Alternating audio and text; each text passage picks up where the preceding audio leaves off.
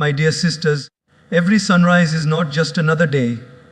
It is God's personal reminder that you have been given one more chance to grow, to rise, and to transform. Life does not change in a year, it changes in the small choices you make every day. And when you invite God into those choices, every moment becomes an opportunity to create a better version of yourself. We often wait for a big miracle to change our life. We think one major event, one achievement, one relationship, or one success will suddenly make everything better. But the truth is, change is not a one-time miracle, it is a daily discipline. Every day, God gives us 24 hours like a blank page. What we write on that page is in our hands. And if we learn to make small, conscious improvements daily, with gratitude, with faith, and with self-awareness, we will see an extraordinary transformation. Today, I want to share with you 7 powerful ways women can change their lives every single day. When a new day begins, the very first breath we take is itself a gift. Yet most of us open our eyes and instantly rush into worries. What work do I have today? What bills need to be paid? What responsibilities are waiting for me? Without even realizing, we allow stress to enter before peace has had a chance to settle. But imagine if instead of beginning the day with tension, we began with gratitude. Gratitude is not simply saying, "Thank you." It is a state of awareness, a way of seeing life, and a form of worship where we acknowledge that everything we have and everything we are comes from God. Think about it. Did you control your heartbeat throughout the night? Did you remind your lungs to breathe while you slept? Did you switch on the sunlight this morning? No. Yet all of this happened for you. That is why the moment you wake up is the perfect moment to say, "Thank you, God, for another day." Gratitude changes the chemistry of the mind. When you choose thankfulness over complaints, you create a vibration of positivity around you that influences not only your own mood, but also the mood of the people you meet. Let's take a simple example. Picture 2 women waking up in the morning. The first one opens her eyes and sighs, "Oh no, another stressful day, I don't want to do this." She drags herself out of bed, already irritated, already tired. By the time she interacts with her family or colleagues, her words carry that heaviness. Even small things trigger her, because she began her day with dissatisfaction. Now imagine the second woman. She wakes up, places her hand on her heart and whispers, "Thank you, God, for this new morning, for my health, for my family, for the chance to try again." She smiles before her feet touch the floor. When she meets her loved ones, her energy is different. She radiates calmness, she is patient with challenges, and even when problems come, her heart is steady because she knows the day itself is already a blessing. This is the power of starting with gratitude. Gratitude does not mean life is perfect. It does not mean you ignore your struggles. Rather, it means you choose to focus first on what is already good, already working, already present in your life. When you see the glass half full instead of half empty, you invite more abundance. God increases the blessings of those who are thankful, because thankfulness shows maturity of the soul. Complaining, on the other hand, is like telling God, "What you have given me is not enough." Such an attitude blocks inner peace and attracts dissatisfaction. Think of gratitude as a muscle. It grows stronger when you exercise it daily. Start with small steps. When you wake up, name 3 things you are thankful for: your breath, your home, your loved ones, or even the quiet of the morning. Say it in your heart with sincerity.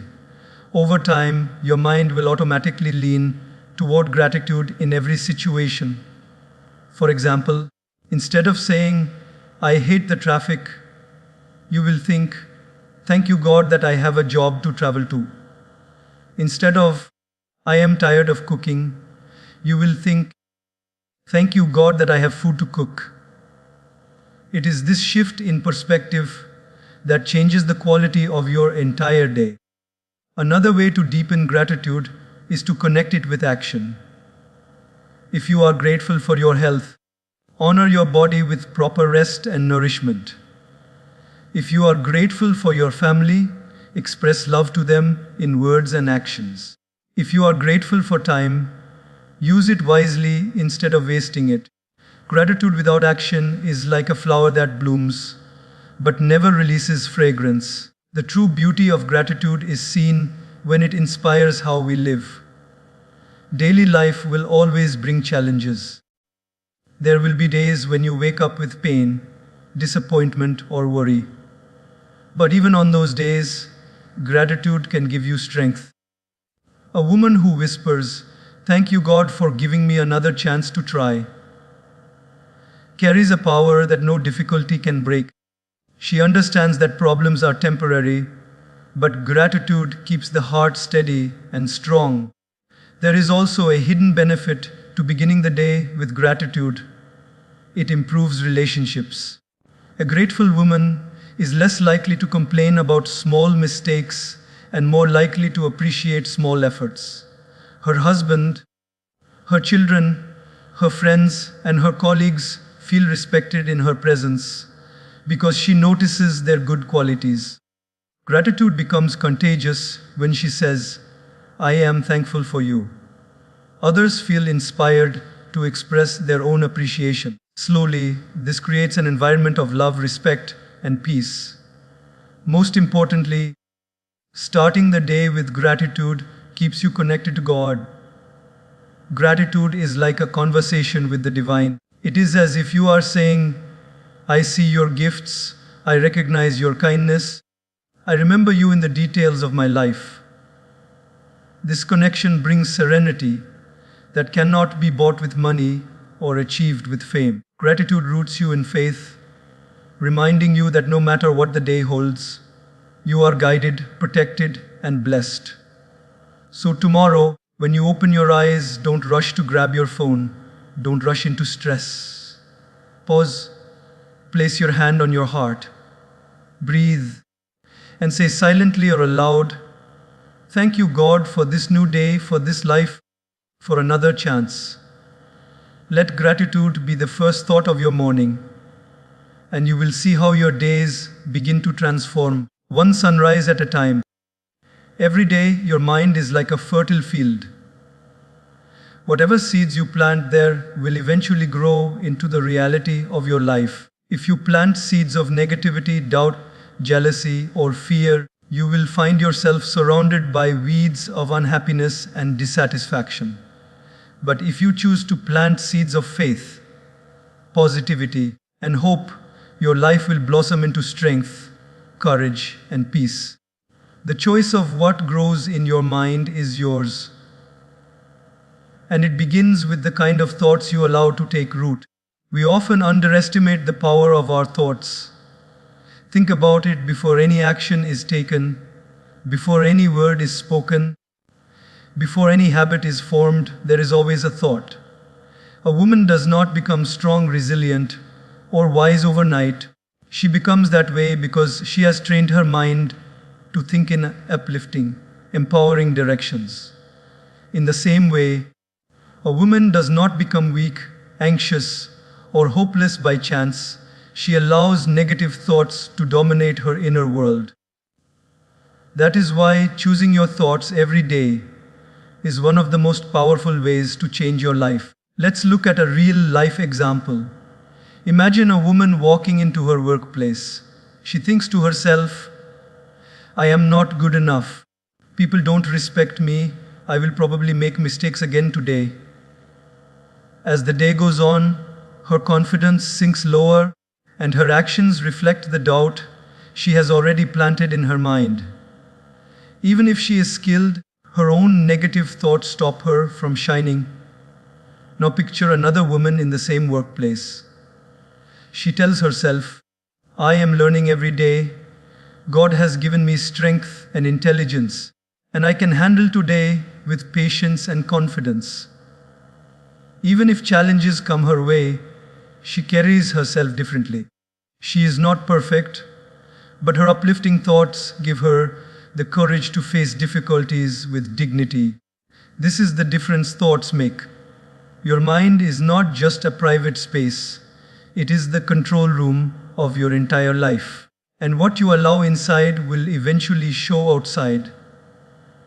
If you fill your mind with uplifting thoughts, your body language will change, your tone of voice will soften, your resilience will strengthen, and your presence will inspire others. People may not see your thoughts, but they will always feel their energy. Of course, life constantly throws challenges at us. Negative thoughts will come naturally, like dark clouds on a sunny day. But just because a thought comes does not mean you must entertain it. For example, if a stranger knocks on your door and you do not trust them, would you invite them inside and let them stay? No, you would close the door politely but firmly. In the same way, when a negative thought enters your mind, you do not have to welcome it, feed it, and let it build a home. You can simply say, "This thought does not serve me, it does not align with God's light, and I will not allow it to stay." Then, replace it with a thought that uplifts. One practical way to do this is through affirmations. Affirmations are not magic words, they are reminders. For example, instead of repeating, "I am a failure," you remind yourself, "I am growing, I am learning, and God is guiding me." Instead of thinking, "Nobody values me," you tell yourself, "My worth is not dependent on others. I am valuable because I am a creation of God."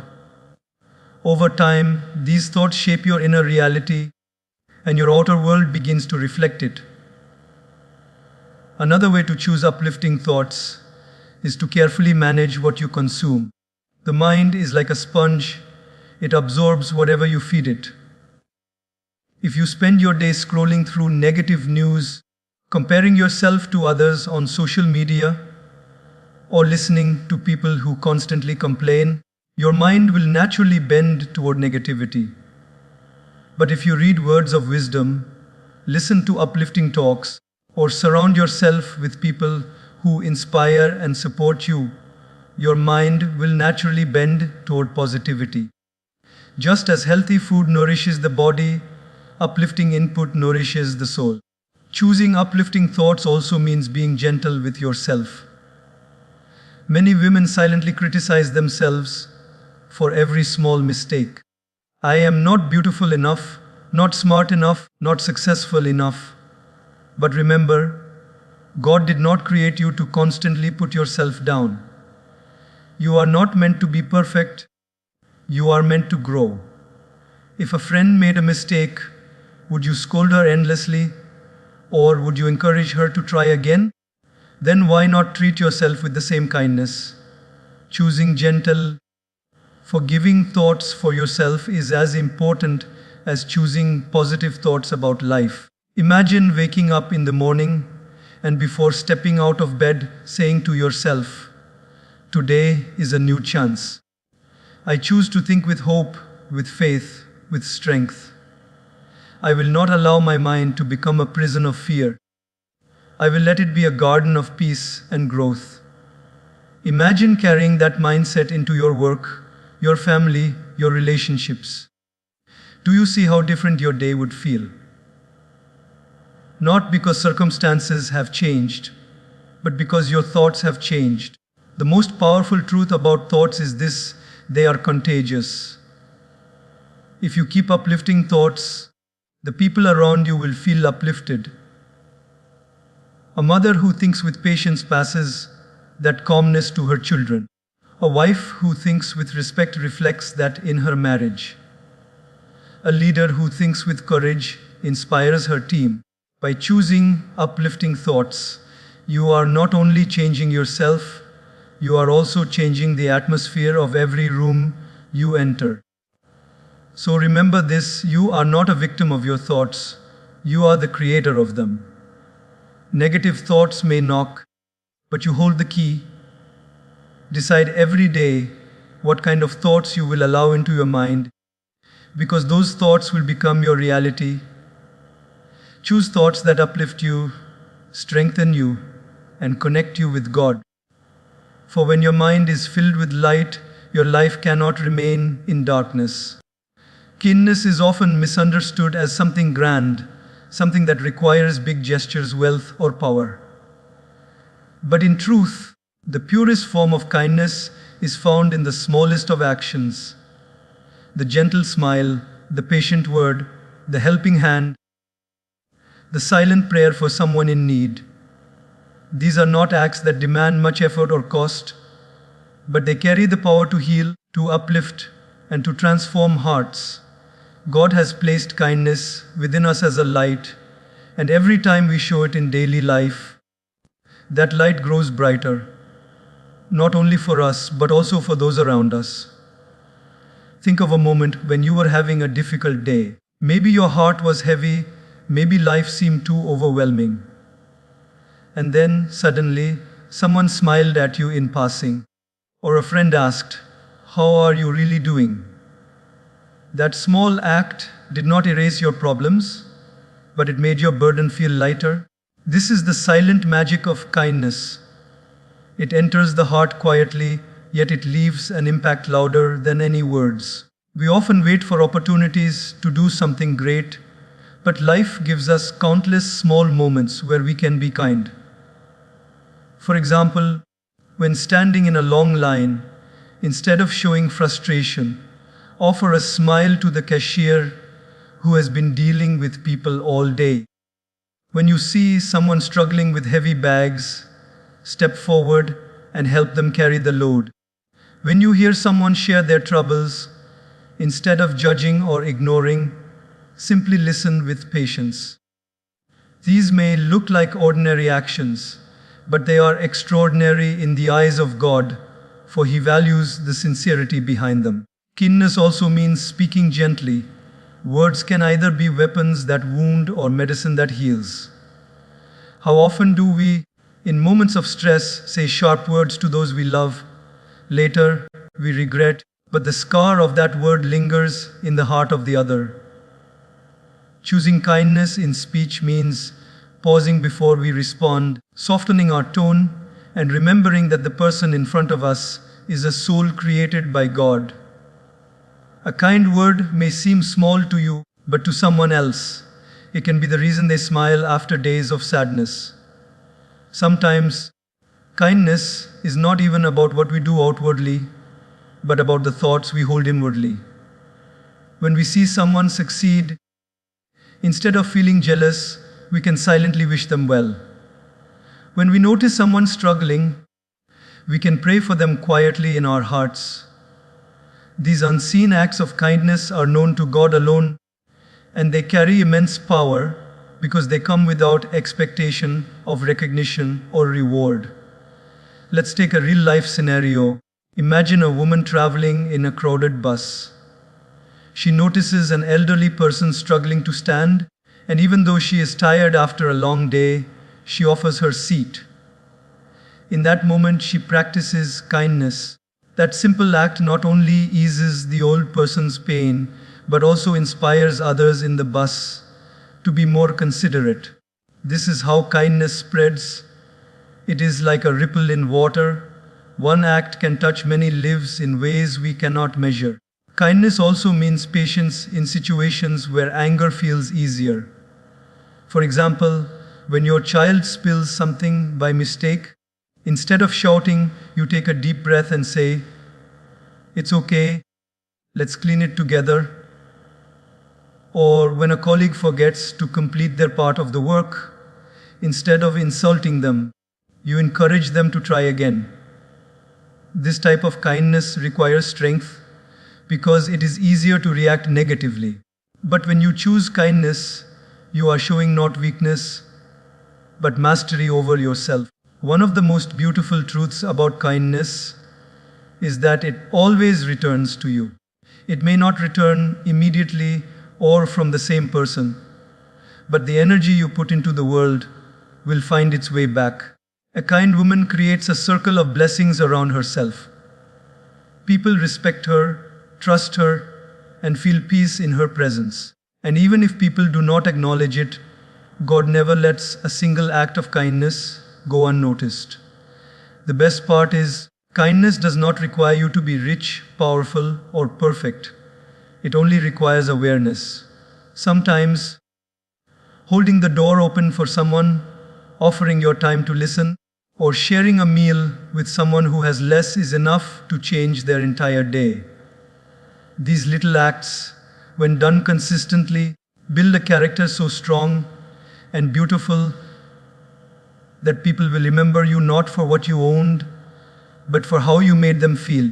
Even in moments of pain, you can practice kindness. A woman going through struggles may still comfort another who is suffering.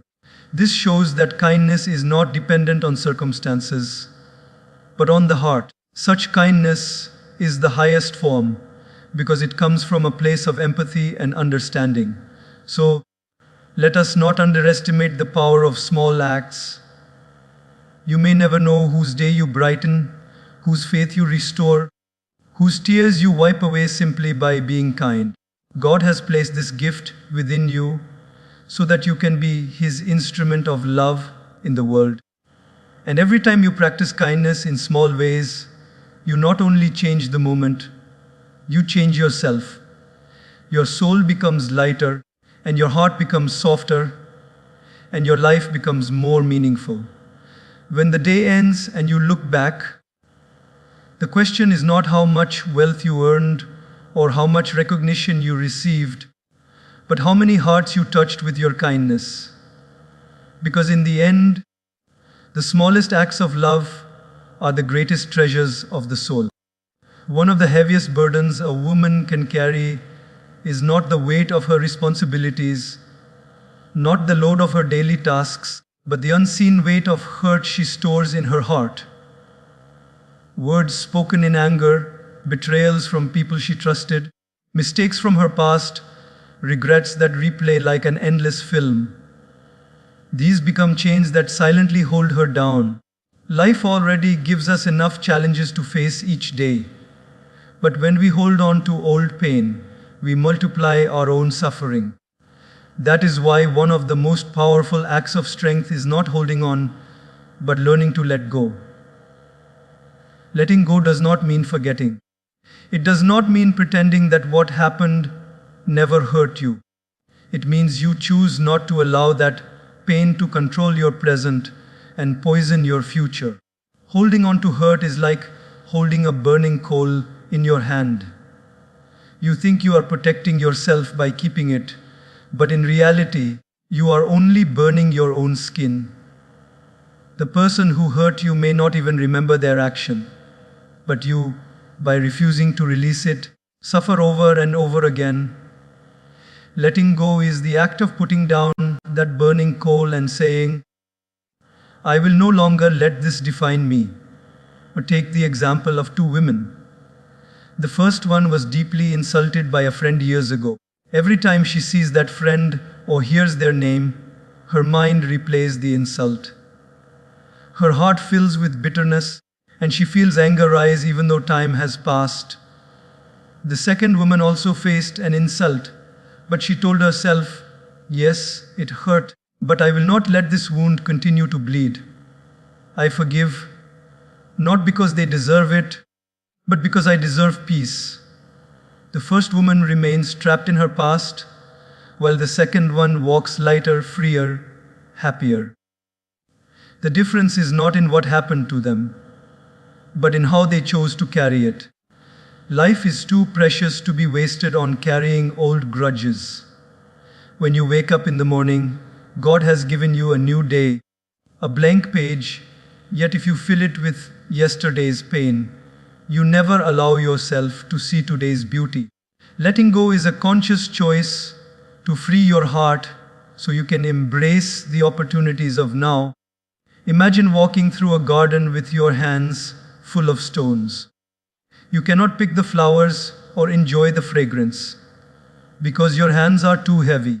The same is true with hurt.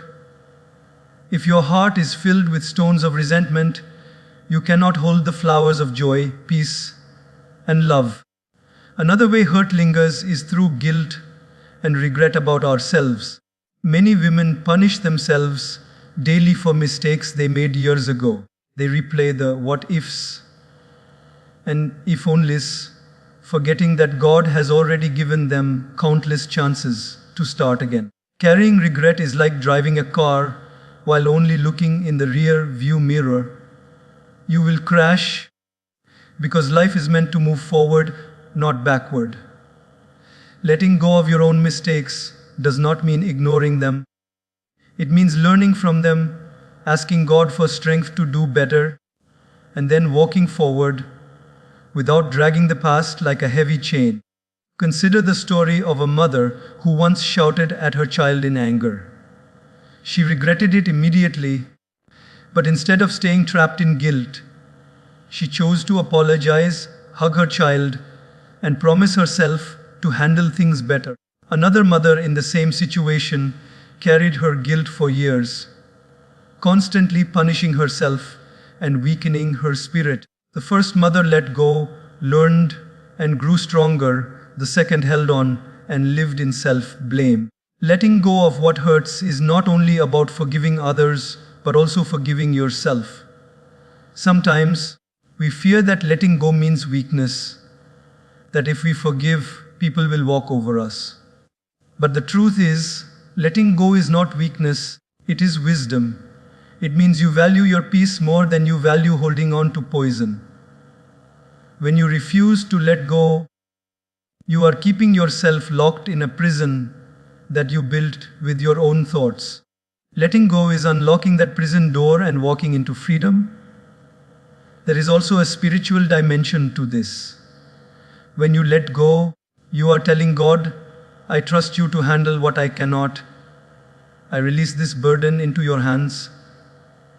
This surrender brings relief because you no longer feel the need to control every outcome or seek revenge. You recognize that God sees all, knows all, and will handle justice in His time. Your only responsibility is to keep your heart light, your spirit clean, and your journey forward. Letting go can be practiced in daily life through small steps. When someone cuts you off in traffic, instead of carrying anger all day, you take a breath and say, it's not worth my peace. When a colleague speaks harshly, instead of replaying their words all night, you remind yourself, their words do not define me. I will not give them the power to ruin my mood. When an old memory arises, instead of drowning in it, you whisper, that was yesterday. Today, I choose freedom. These small practices of release build the strength to let go of bigger wounds over time. At the end of the day, letting go is a gift you give yourself. It is the gift of peace, of joy, of being fully alive in the present moment. A woman who learns to let go of what hurts her shines differently. Her smile is brighter, her presence is lighter, and her soul feels closer to God. People around her feel at ease because she does not carry hidden bitterness. And most importantly, she feels at ease with herself. So ask yourself, what hurt am I still carrying that is stealing my peace? Is it worth more than my happiness, my growth, my connection with God? If not, then perhaps today is the day to release it. Because when you let go of what hurts you, you do not lose, you gain. You gain freedom, you gain peace, and you gain the ability to live fully in the gift of today.